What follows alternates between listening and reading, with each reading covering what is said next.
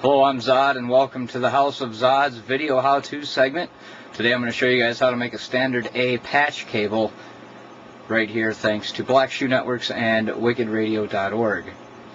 Now first, this is a simple project. That's about anybody can do. All you're going to need is a whatever section length you want of whatever category of UTP patch cable, and then you're going to need a crimper and some RJ45 hoods and a cable stripper. So now let's get into how do you build this thing. Alright, what we got here is our pre-stripped. I already went ahead and stripped this to make it go a little bit quicker.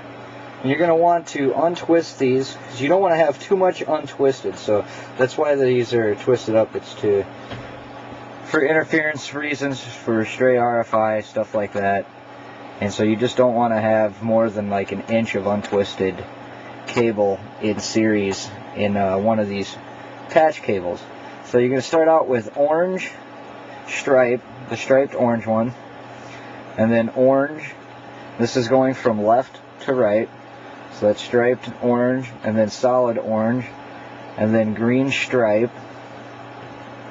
And then stick the green, solid green out of the way, because that's where it gets a little bit tricky. Come over here and take blue, then blue stripe, then green. It can get back in play here. And you want to keep pulling tight on it to keep them in order as you're untwisting and lining them up, getting it prepared to go into the hood. And then finally brown stripe, and then brown. And make sure they don't overlap. I mean, you can see you got to be a little bit manhandle-ish with these and get them in there. Now we've got them all in the correct order. Now we just need to make sure that they're even on the top, so when it goes into the hood. And you usually use a straight cutter for this. I'm talented enough to use a pair of scissors.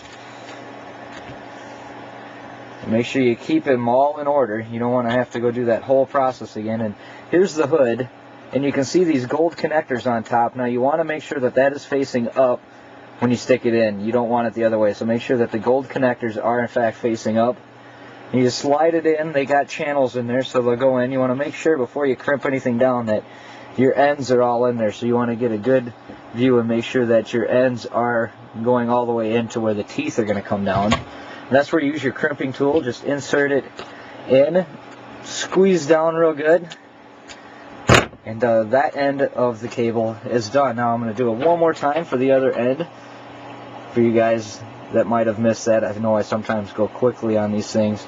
This is a simple project. You never know, you might be at a LAN party and need an extra 10 feet or so of cable.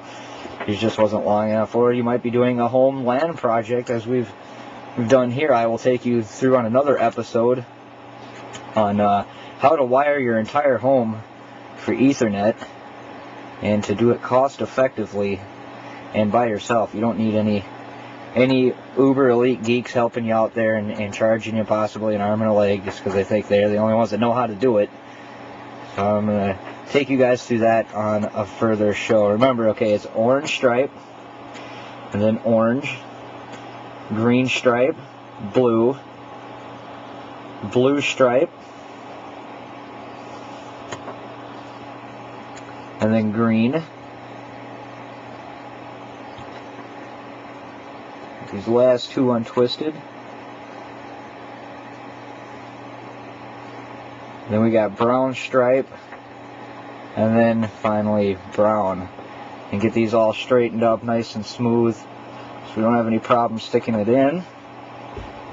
And again, you want to cut it off even. I recommend using a straight cutter, straight edge cutter. Or a pair of scissors if that's all you have. Make sure your gold contacts are facing up. And slide it on in there. Ooh, it's like having sex for the first time when it's just a perfect fit like that. And you know you got a good connection when your ends go all the way up into the hood. And then crimp it down again. Now we have the cable. So now we got to go over to the rack and test this. Alright, as we're here over by the rack now, I'm going to use the trusty Cisco and this Netgear to test this out, since I do not know where my cable tester went. Plug one end in there, other end here, and we have a link. So that is a successful patch cable. Now we have the Cisco online with the rest of the network. So I'd like to thank you all for taking time to watch this little brief, whatever you want to call it, the House of Zod how-to video section. I am Zod, and catch another episode sometime.